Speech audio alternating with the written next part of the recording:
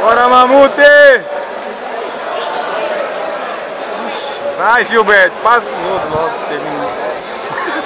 Vamos bater logo.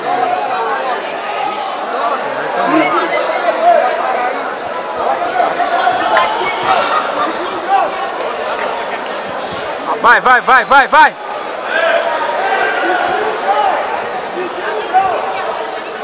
Caramba, a menina tá bem na frente.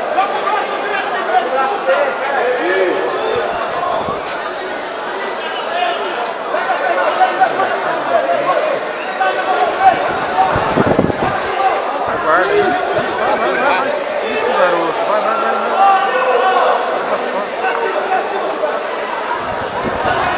Já finaliza logo.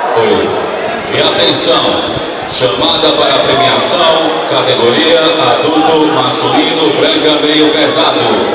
Em terceiro lugar, Diego Rosendo da MG. Em segundo lugar, Gabriel Sena da Garra GFT. E em primeiro lugar, Jorge Eduardo da SAS. Compareça ao pódio para a premiação. Segunda chamada para a premiação, categoria adulto masculino branca meio pesado. Em terceiro lugar, Diego Rosendo da MG. Em segundo lugar, Gabriel Sena da Garra GFT. E em primeiro lugar, Jorge Eduardo da SAS. Compareça ao pódio para a premiação.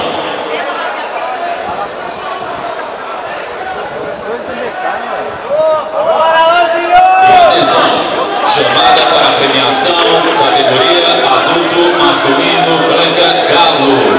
Em terceiro lugar, Everlan Paiva do Nascimento da MG. Em segundo lugar, Lucas Linhares da Evolution. E em primeiro lugar, Lucas de Carvalho da Grace Barra. Compareça ao pódio para a premiação. Segunda chamada para a premiação, categoria adulto masculino branca galo. Em terceiro lugar, Everlan Paiva do Nascimento da MG. Em segundo lugar, Lucas Linhares da Evolution. Gilberto! Em primeiro lugar, Lucas Arraes da Grace Barra. Compareça ao pódio para a premiação.